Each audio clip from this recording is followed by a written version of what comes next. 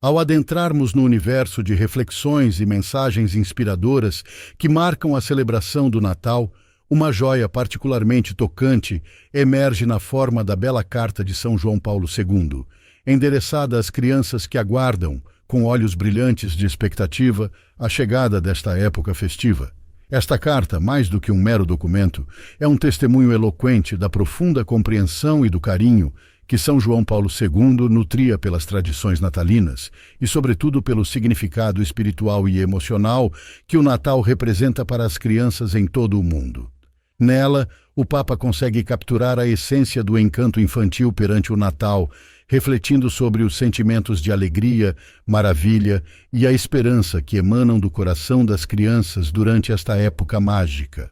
Ao contemplar essa carta, somos transportados para um mundo onde o Natal é vivenciado através de uma perspectiva pura e cheia de admiração, uma visão que muitas vezes se perde na correria e nas preocupações dos adultos. Através de suas palavras, São João Paulo II não apenas celebra as alegrias infantis associadas ao Natal, mas também nos convida a redescobrir e a nos reconectar com a nossa própria capacidade de maravilhar-nos, como se fôssemos novamente crianças, diante do mistério e da beleza do nascimento de Jesus. Este documento, portanto, não é apenas uma carta, mas um convite afetuoso para que cada um de nós, independentemente da idade, possa revisitar as alegrias simples e puras do Natal, lembrando-nos do que realmente importa nesta época do ano. A carta foi redigida em 1994, durante o Ano da Família. Infantes ao redor do globo aguardam com grande expectativa a chegada do dia de Natal e a comemoração do nascimento de Jesus. Enquanto a maioria das crianças anseia por abrir seus presentes, há também inúmeras outras tradições natalinas que fascinam sua imaginação neste período único do ano.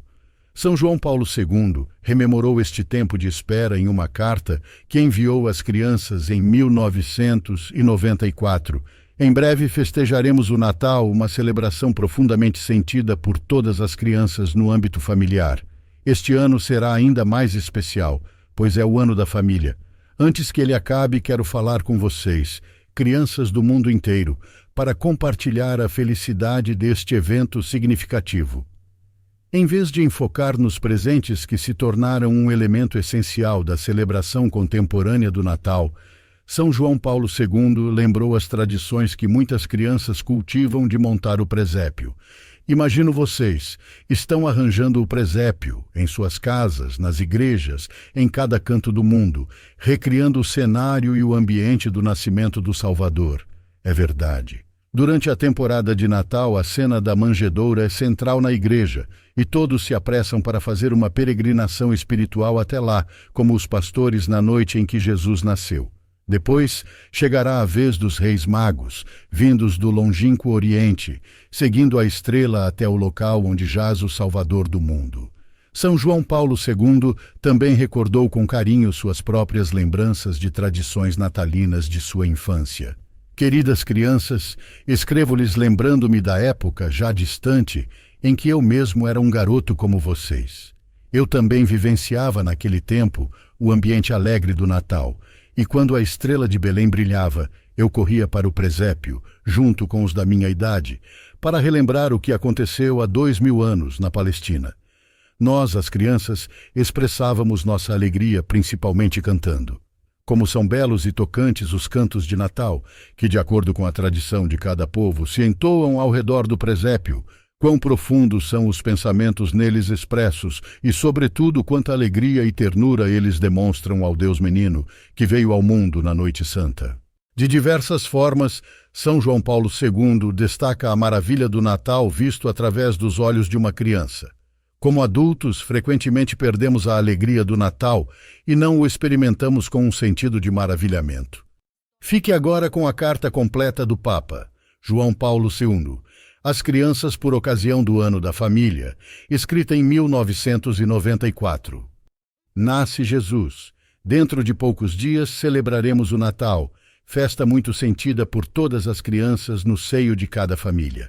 Neste ano, sê-lo-á ainda mais, porque é o Ano da Família. Antes que ele termine, desejo dirigir-me a vós, crianças do mundo inteiro, para partilhar convosco a alegria desta sugestiva ocorrência. O Natal é a festa de um menino, de um recém-nascido. É, portanto, a vossa festa. Aguardais-la com impaciência, e para ela vos preparais com alegria, contando os dias e quase as horas que faltam para a noite santa de Belém.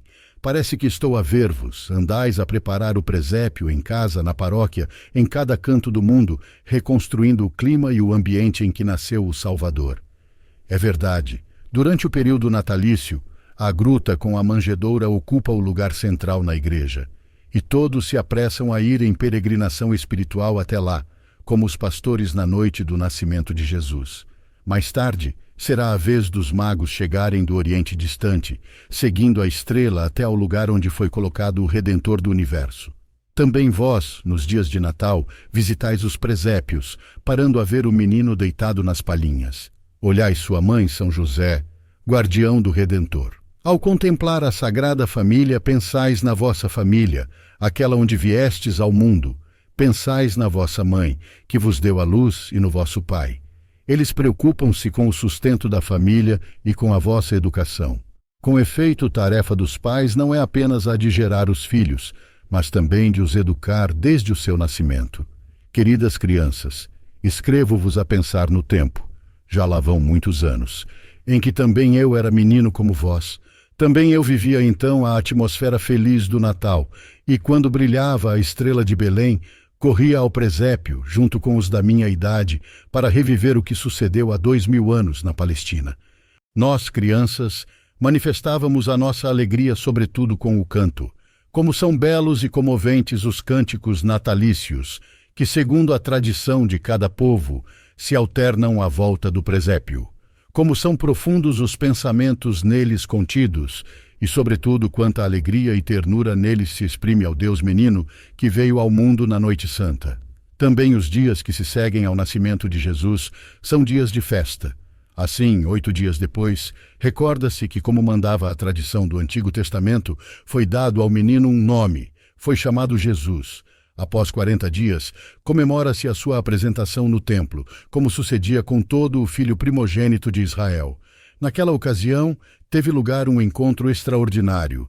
Nossa Senhora, que chegava ao templo com o menino, vê vir ao seu encontro o velho Simeão, o qual, tendo pegado Jesus pequenino em seus braços, pronunciou estas palavras proféticas: Agora, Senhor, podes deixar o teu servo partir em paz, segundo a tua palavra, porque os meus olhos viram a salvação que preparaste em favor de todos os povos, luz para iluminar as nações e glória de Israel, teu povo. Visto em Lucas 2, versículos dos 29 ao 32. Voltando-se depois para Maria, sua mãe, acrescentou: Este menino está aqui para a queda e ressurgimento de muitos em Israel, e para ser sinal de contradição. Uma espada trespassará a tua alma, a fim de se revelarem os pensamentos de muitos corações. Visto em Lucas 2, versículos 34 e 35. Assim, pois, já nos primeiros dias da vida de Jesus, ressoa o anúncio da paixão, a qual um dia será associada também a Mãe Maria. Na Sexta-feira Santa, estará silenciosa ao pé da cruz do Filho. Aliás, não deverá transcorrer muito tempo depois do nascimento até o pequenino Jesus se achar sujeito a grave perigo. O cruel rei Herodes mandará matar todos os meninos com menos de 2 anos, pelo que ele será obrigado a fugir com os pais para o Egito. Certamente conheceis muito bem estes factos ligados ao nascimento de Jesus. Foram-vos contados pelos vossos pais, os padres, os professores, os catequistas, e além disso, cada ano voltais a vivê-los espiritualmente no período das festas natalícias, juntamente com toda a Igreja. Portanto, vós tendes conhecimento destes aspectos dramáticos da infância de Jesus. Queridos amigos, nas vicissitudes do menino de Belém, podeis reconhecer a sorte das crianças de todo o mundo. Se é certo que uma criança constitui a alegria dos pais e também da Igreja e da sociedade inteira, é igualmente verdade que nos nossos tempos, infelizmente, muitas crianças sofrem e vivem ameaçadas em várias partes do mundo. Padecem fome e miséria, morrem por causa das doenças e da desnutrição. caem vítimas das guerras, são abandonadas pelos pais e condenadas a ficar sem casa, privadas do calor de uma família própria, sofrem muitas formas de violência e prepotência por parte dos adultos. Como é possível permanecer indiferente perante o sofrimento de tantas crianças, especialmente quando, de qualquer modo, é causado pelos adultos? Jesus comunica a verdade. Aquele menino que no Natal contemplamos deitado na manjedoura, com o passar dos anos cresceu. Como sabeis, com 12 anos ele deslocou-se pela primeira vez, juntamente com Maria e José, de Nazaré a Jerusalém, por ocasião da festa da Páscoa. Lá, perdido no meio da multidão dos peregrinos, separou-se dos pais e, junto com outros da sua idade, pôs-se a ouvir os doutores do templo, como se fosse uma sessão de catequese. Realmente as festas eram ocasiões propícias para transmitir a fé a rapazes com a mesma idade de Jesus. Sucedeu, porém, que, durante tal encontro, o adolescente extraordinário, vindo de Nazaré, não só fez perguntas muito inteligentes, mas ele próprio começou a dar respostas profundas àqueles que o estavam a ensinar. As perguntas e, mais ainda, as respostas maravilharam os doutores do templo. Era aquela mesma admiração que mais tarde haveria de acompanhar a pregação pública de Jesus. O episódio do Templo de Jerusalém não era senão o início, e como que o prenúncio daquilo que viria a acontecer alguns anos mais tarde. Queridos rapazes e meninas que andais pelos 12 anos como Jesus, este episódio da sua vida não vos faz lembrar as lições de religião que tendes na paróquia e na escola e às quais sois convidados a tomar parte. Quereria então fazer-vos algumas perguntas. Qual é a vossa atitude face às aulas de religião? Deixais-vos enlevar como Jesus há 12 anos no templo? Sois diligentes a frequentá-las na escola e na paróquia? Ajudam-vos nisso os vossos pais? Com 12 anos, Jesus ficou de tal modo compenetrado por aquela catequese no templo de Jerusalém que de certa forma esqueceu até os próprios pais. Maria e José, tomando a estrada de regresso para Nazaré juntamente com outros peregrinos, depressa se deram conta da ausência de Jesus. Longas foram as buscas. Voltaram sobre os seus passos, e somente ao terceiro dia é que o conseguiram encontrar em Jerusalém no templo. Filho, por que nos fizeste isto? Olha que teu pai e eu andávamos aflitos à tua procura. Como é estranha a resposta de Jesus, e quanto dá que pensar. Por que me procuráveis? Disse ele. Não sabíeis que devo ocupar-me das coisas de meu pai? Era uma resposta difícil de aceitar.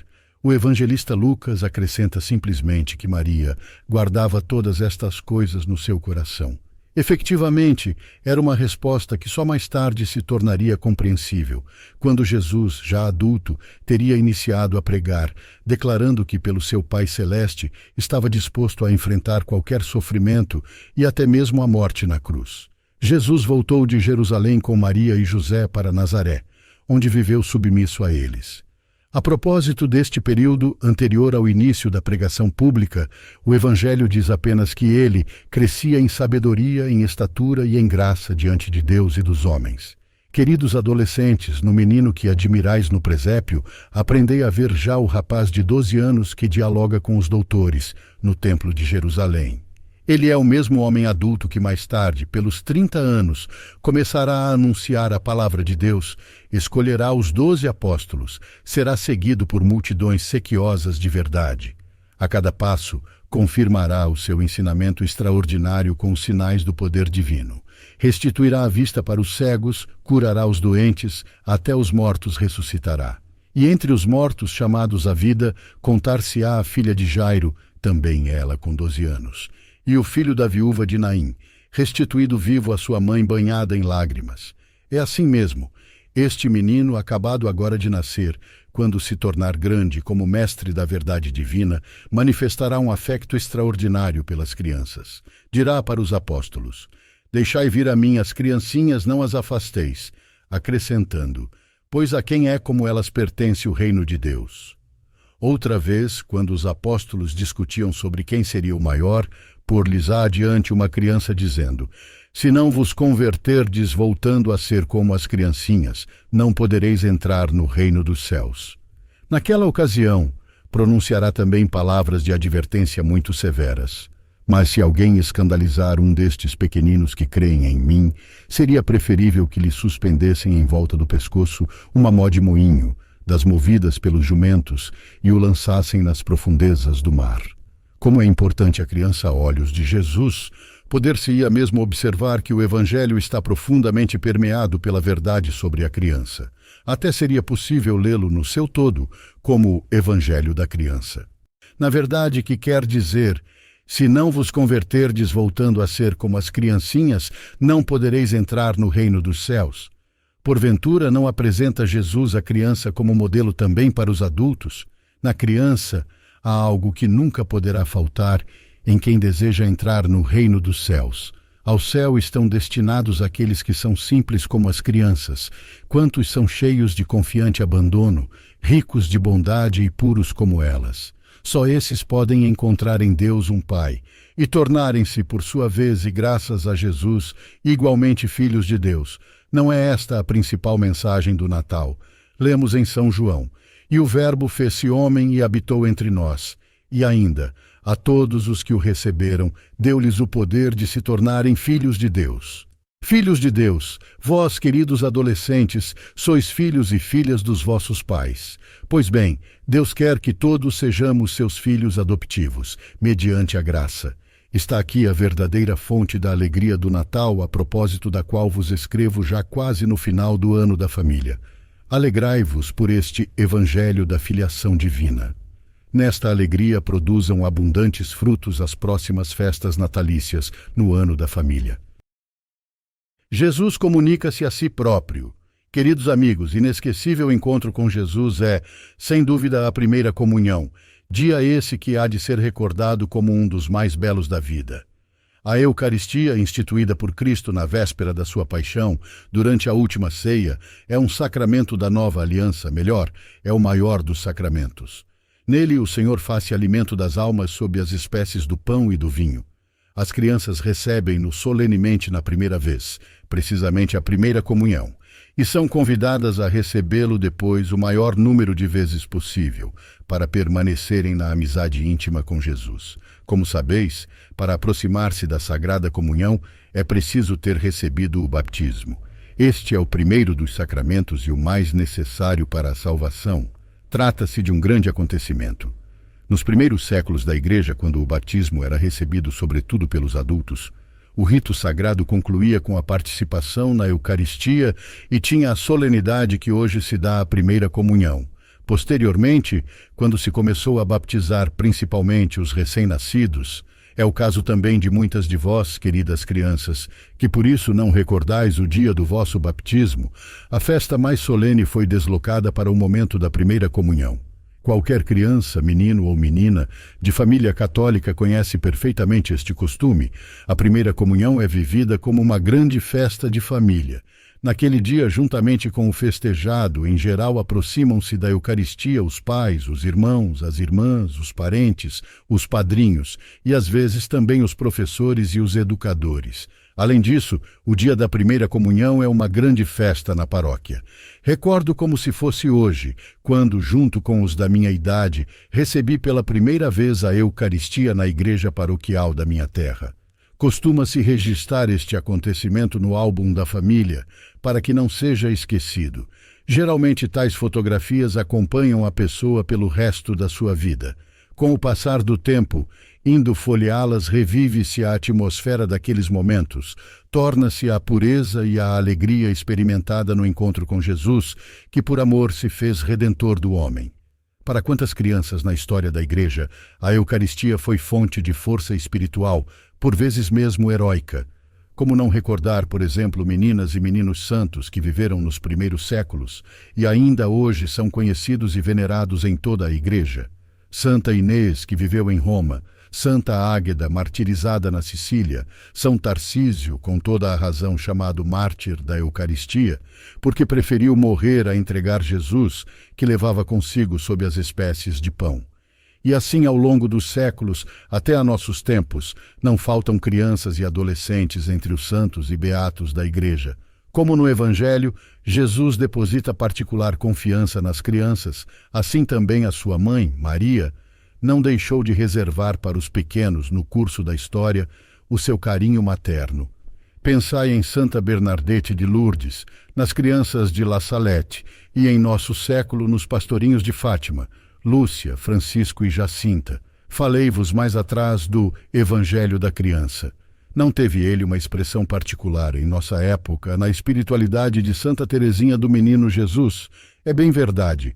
Jesus e a sua mãe escolhem frequentemente as crianças para lhes confiar tarefas grandes para a vida da Igreja e da humanidade. Nomeei apenas algumas delas universalmente conhecidas, mas tantas outras crianças menos notadas existem. O Redentor da humanidade parece partilhar com elas a solicitude pelos outros, pelos pais, pelos companheiros e companheiras. Jesus põe grande esperança na sua oração. Que poder enorme tem a oração das crianças! Ela torna-se um modelo para os próprios adultos. Rezar com confiança simples e total quer dizer orar como sabem rezar as crianças. E chego a um ponto importante desta minha carta. Já no final do ano da família, é a vossa oração, queridos amiguinhos, que desejo confiar os problemas da vossa família e de todas as famílias do mundo. E não só isso. Tenho ainda outras intenções a recomendar-vos. O Papa conta muito com as vossas orações. Devemos rezar juntos e muito para que a humanidade, formada por diversos milhares de milhões de seres humanos, se torne cada vez mais a família de Deus e possa viver na paz. No princípio, recordei os indescritíveis sofrimentos que tantas crianças experimentaram neste século e os que muitas delas continuam a sofrer ainda neste momento.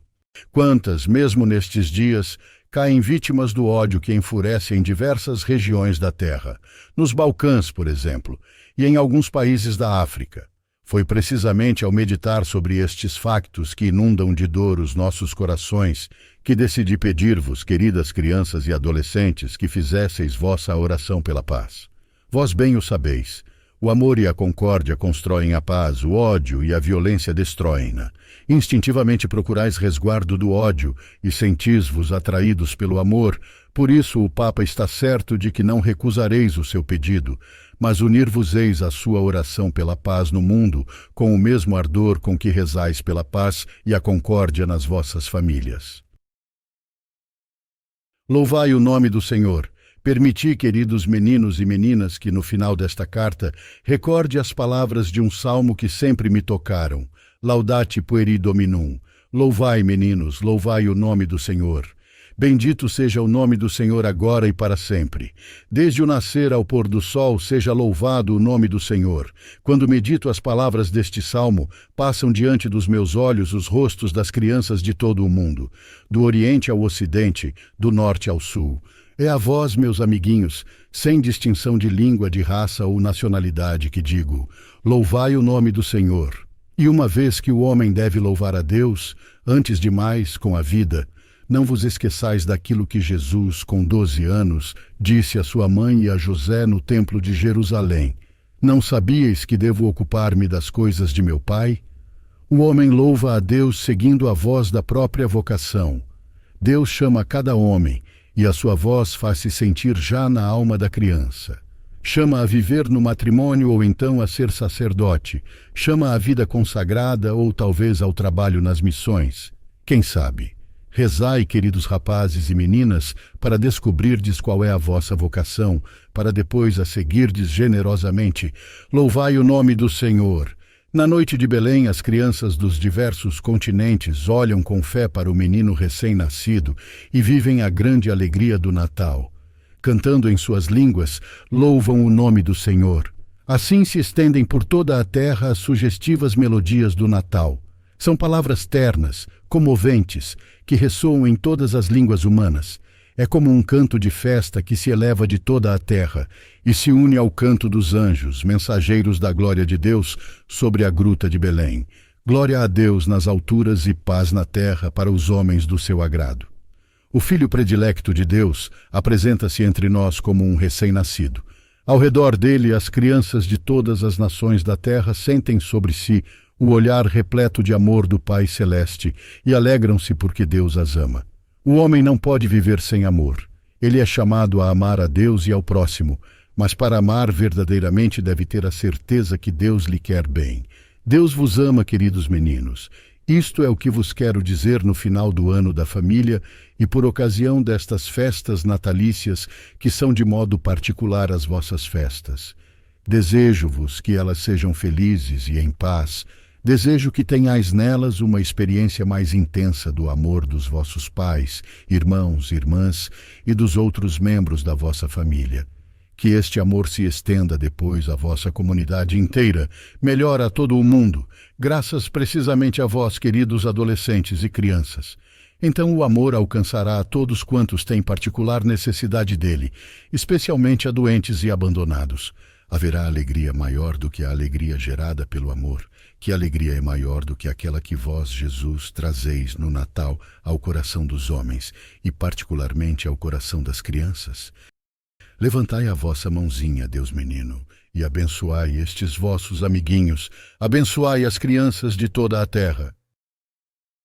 E assim chegamos ao final da maravilhosa carta do Papa João Paulo II às crianças. Queremos expressar nosso profundo agradecimento por ter assistido a este vídeo. Se você gostou do conteúdo e deseja ver mais como este, não esqueça de se inscrever em nosso canal para ficar atualizado. Além disso, adoraríamos ouvir sua opinião. Por favor, deixe um comentário abaixo compartilhando suas ideias, perguntas ou experiências relacionadas ao tema. Seus comentários são muito valiosos para nós e ajudam a melhorar nosso conteúdo. Obrigado por fazer parte da nossa comunidade.